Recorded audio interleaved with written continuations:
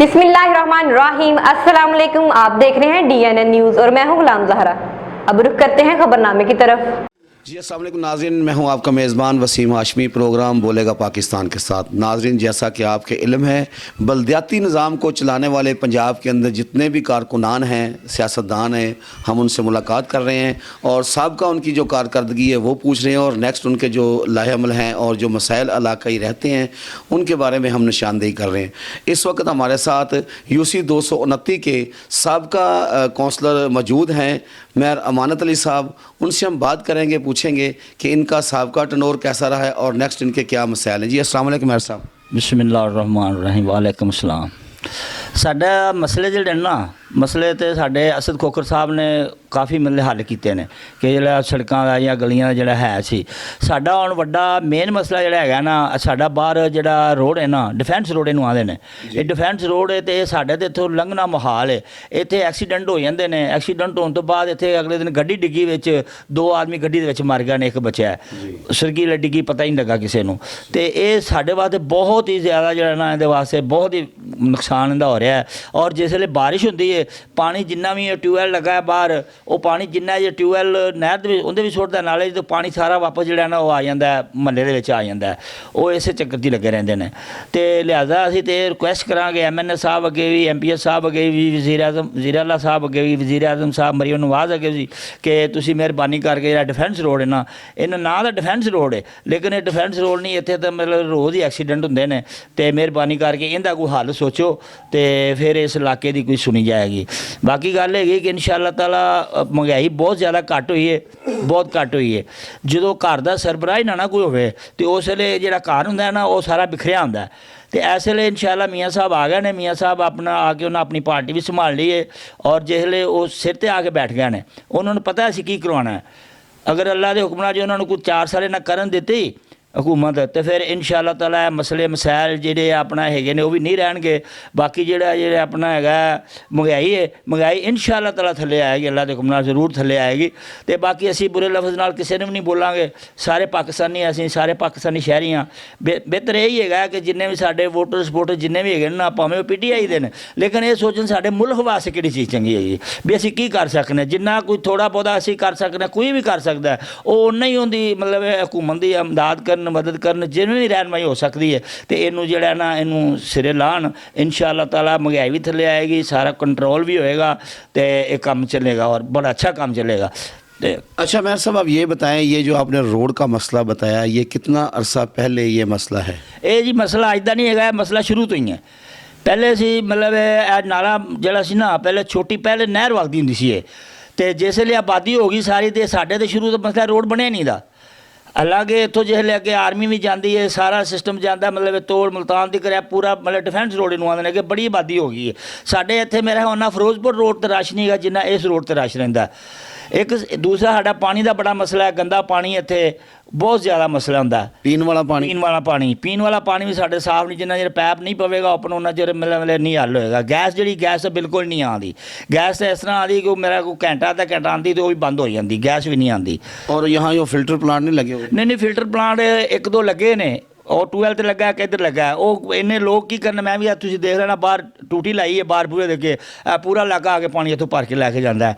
जो बत्ती ना हो फिर वो मसला बन जाता लोगों वास्ते। हुण कितना मतलब पानी पीने वास्ते लोग बोतलां या कैनियां ही लै जाते हैं, घर दे विच इस्तेमाल करना, बर्तन धोने सारा करना, पानी बिल्कुल गंदा है।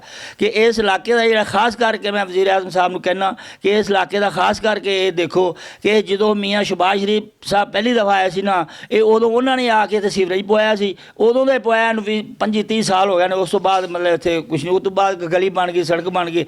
गलियां सड़कों का कोई मसला नहीं है, मसला हुंदा ज़्यादा बुनियादी पानी पीन। जो बीमारियां इन्नियां फैलदियां पईयां ने, हैपेटाइटिस हो रहा है, लोगों के पेट च पानी पै रहा, मतलब इन्ने को गंदगी है कि बेबा पानी गंदा। दसो की करेगा बंदा, किन्ने लोग लाणगे मतलब मोटरां लाणगे। जी आप ये बताएं कि ये तो एक मसला आपने पानी का बताया है। अब ये देखें शहर और देहात में बहुत फ़र्क होता है। यहाँ बच्चे होते हैं, गर्मी है, मौसम हर किस्म का आता जाता है, ठीक है। इसमें कोई आपके इलाका में बच्चों के खेलने के लिए कोई पार्क का? बिल्कुल जी ना, इतने साढ़े को कब्रस्तान है तो ना कोई पार्क खेलने वास्ते कोई नहीं है बिल्कुल। हालांकि जगह भी पई है रेलवे लाइन के नाल ना और ਪ੍ਰੈਸ ਦੀ ਜਗ੍ਹਾ ਪਈ ਹੈ, ਗਵਰਨਮੈਂਟ ਦੀ ਜਗ੍ਹਾ ਵੀ, ਉਹ ਵੀ ਇੱਕ ਗਵਰਨਮੈਂਟ ਦਾ ਅਦਾਰਾ ਹੈ ਪ੍ਰੈਸ। ਉਦੋਂ ਮੀਆਂ ਸਾਹਿਬ ਨੇ ਕਿਹਾ ਸੀ ਜੀ ਅਸੀਂ ਕਰ ਦਿਆਂਗੇ, ਲੇਕਿਨ ਉਹ ਕਿਸੇ ਨੇ ਨਹੀਂ ਕੀਤਾ ਕਿ ਉਹ ਮਤਲਬ ਇਹੋ ਜੀ ਆਰਮੀ ਦੇ ਅੰਦਰ ਹੈ ਜੀ, ਫਲਾਣੇ ਦੇ ਅੰਦਰ ਹੈ, ਜਦੋਂ ਗਵਰਨਮੈਂਟ ਦੀ ਜਗ੍ਹਾ ਹੈ, ਸੈਂਟਰਲ ਗਵਰਨਮੈਂਟ ਦੇ ਜਾਂ ਪ੍ਰਾਈਵੇਟ ਜਿਹੜੇ ਵੀ ਹੈਗੀ ਤਾਂ ਗਵਰਨਮੈਂਟ ਦੀ ਨਾ, ਮਤਲਬ ਉੱਥੇ ਜਗ੍ਹਾ ਪਈ, ਉੱਥੇ ਖੇਡਣ ਵਾਸਤੇ ਗਰਾਊਂਡ ਵੀ ਬਣ ਸਕਦੀ ਹੈ, ਉੱਥੇ ਮਤਲਬ ਇੱਥੇ ਕਾਲਜ ਵੀ ਬੱਚਿਆਂ ਵਾਸਤੇ ਬਣ ਸਕਦਾ। ਸਾਡੇ ਲਾਗੇ ਬੱਚਿਆਂ ਦਾ ਸਕੂਲ ਕੋਈ ਨਹੀਂ ਹੈਗਾ। ਇੱਕ ਸਕੂਲ ਹੈਗਾ ਹਾਜੀ ਨੂਰ ਮੁਹੰਮਦ ਨੇ ਜਗ੍ਹਾ ਦਿੱਤੀ ਸੀ 2 ਕਨਾਲ, ਉਹ ਡਬਲ ਸਟੋਰੀ ਬਣਿਆ, ਉਹਦੇ ਵਿੱਚ ਨਾ 3 ਸ਼ਿਫਟਾਂ ਚੱਲਦੀਆਂ ਨੇ ਪੂਰੇ ਇਲਾਕੇ ਦੀਆਂ। ਹੋਰ ਕੋਈ ਮਤਲਬ ਸਾਡੇ ਇੱਥੇ ਨੇੜੇ ਕੋਈ ਸਕੂਲ ਨਹੀਂ ਹੈਗਾ। ਐਲੀਮੈਂਟਰੀ ਹੈਗਾ, ਉਹਦੇ 'ਚ ਵੀ 5ਵੀਂ ਤੀਕਰ ਕਲਾਸਾਂ ਹੈਗੀਆਂ ਨੇ, ਉੱਥੇ ਉਹ ਵੈਸੇ ਨਹੀਂ ਦਾਖਲ ਕਰਦੇ। ਇਹ ਇਲਾਕਾ ਸਾਡਾ ਜਿਹੜਾ ਨਾ, ਸਾਨੂੰ ਬੜਾ ਹੀ ਮਸਲਾ ਹੈ ਸਕੂਲ ਦਾ। ਅਤੇ ਇਹ ਜਿਹੜੀ ਤੁਸੀਂ ਗੱਲ ਕੀਤੀ ਨਾ ਕਬਰਸਤਾਨ ਹੈ ਅਤੇ ਨਾ ਆਪਣਾ ਹੈਗਾ ਦੂਸਰਾ ਆਪਣਾ ਖੇਡਾਂ ਵਾਸਤੇ ਕੋਈ ਐਸੀ ਗਰਾਊਂਡ ਹੈਗੀ ਹੈ। ਚਲੋ ਅਸੀਂ ਉਹਦਾ ਕਾਨੇ ਫੌਤਗੀ ਹੋ ਜਾਂਦੀ, ਅਸੀਂ ਕਾਨੇ ਲੈ ਜਾਂਦੇ ਹਾਂ, ਲੋਕ ਪਿੰਡਾਂ 'ਚ ਆਪਣੇ ਲੈ ਜਾਂਦੇ ਨੇ, ਲੇਕਿਨ ਇੱਥੇ ਕੋਈ ਐਸਾ ਨਹੀਂ ਹੈਗਾ ਜਿਹੜਾ ਬੱਚਾ ਜਾ ਕੇ ਖੇਡ ਲਵੇ ਜਾਂ ਕੋਈ ਕੁਛ ਕਰ ਲਵੇ। ਉਹ ਬਿਲਕੁਲ ਗੱਲ ਨਹੀਂ ਹੈ, ਪੂਰੇ ਇਲਾਕੇ 'ਚ नहीं आवे। जी बहुत शुक्रिया अमानत साहब। नाज़रीन, अमानत साहब ने जो बताया है कि UC 229 के साथ जो सौतेली माँ जैसा सलूक किया जा रहा है, यहाँ हमारे बच्चों के खेलने के लिए ना कोई ग्राउंड है और ना कोई फैमिलीज़ के लिए पार्क है जहाँ फैमिलीज़ जाके अपनी आउटिंग कर सकें। उसके अलावा जो उन्होंने मेन मकसद जो मसला बताया है, वो सबसे बड़ा मसला है कब्रिस्तान का। इंसान ने खालिक हकीकी के पास तो जाना है, तो देखें इस इलाके के साथ कौन सा सलूक किया जा रहा है कि जहां हमारी मैयत को दफनाने के लिए भी हमारे पास जगह नहीं है। वो बता रहे हैं कि अपने अपने इलाके में दूर दराज जाके हम वहां उनको दफना के आते हैं। और दूसरी बात इन्होंने जो की वो पानी के हवाले से अगर देखा जाए तो आपको पता है कि पानी एक ऐसी चीज़ है कि ये अगर अच्छा हो तो इंसान सेहतमंद होता है।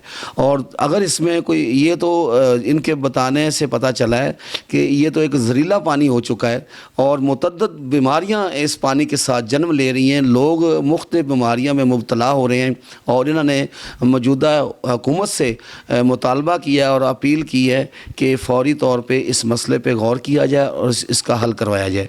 इसी के साथ कुछ और दोस्त हमारे साथ मौजूद हैं, उनसे हम बात करते हैं। जी नाज़रीन, इस वक्त हमारे साथ इसी UC 229 के समाजी कारकुन सरगर्म रुकन हैं। वो अपनी UC के जितने मेम्बरान हैं उनके साथ शाना बशाना चलते हैं, काविश करते हैं इलाके को बेहतर बनाने के लिए। तो मोहम्मद तफ़ैल साहब से हम बात करेंगे, वो अपने क्या ख्यालात का इज़हार करते हैं और मौजूदा हुकूमत को क्या पैगाम देना चाहते हैं। जी अस्सलाम। औज़ु बिल्लाहि मिनश शैतानिर रजीम, बिस्मिल्लाहिर रहमानिर रहीम। मेरी जी गुजारिश है, रात को बत्ती जाती है, बार बार जा रही है, बार बार आ रही है, छोटे छोटे घर ने तो लोग सारे रात में जड़े ना 12 बजे बाहर निकल आने, बत्ती गई 12 बजे बाहर आन के बह गए, 2 बजे गई 2 बजे बाहर आन के बह गए। सारी रात जड़े ना लोग अंदर जा बाहर जा, छोटे छोटे घर ने, उन्हों का नहीं जड़े ना बाल भी तंग करते हैं, आप भी तंग होंगे ने, सवेरे ड्यूटियां भी जाना होंदा है। तो थोड़ा जा जड़ा ना लोड शेडिंग का जड़ा ना परहेज किया जाए। तो पानी का बहुत मसाइल है, पानी बहुत गंदा आ रहा है, ना बंदा नमाज पढ़ सकता है, ना नहा सकता है, ना बर्तन धो सकता है, गंदा पानी आ रहा है, बिल इन्ना ना आ रहा है कि 2.5 मरले में जड़ा ना 1400 रुपया बिल आ रहा महीने का। ये भी थोड़ा जा गरीबों नाल मुहब्बत की जाए, थोड़ा जा बिल घट किया जाए। तो यह बत्ती का जड़ा ना बहुत मसला है, बत्ती जड़ी ना बार बार जा रही है। तो वज़ीर आला से साड़ी गुजारिश है कि इंशाअल्लाह महंगाई तो बहुत कंट्रोल हो गया है। इंशाअल्लाह जड़ा तोड़ा मिलता सी ना 2600-2700 रुपए का, 2800 रुपए का, वो मिलता पाया हूँ 1300-1400 रुपए का मिलता पाया 20 किलो का तोड़ा। तो माशाल्लाह ऐसा ऐसा कंट्रोल हो जाएगा। तो बस ये गुजारिश है, तो सानू जड़ा ना सहूलतां दित्तियां जान, बड़ी मेहरबानी है। अब तक के लिए इतना ही। मजीद खबरों के लिए हमारे साथ रहिए।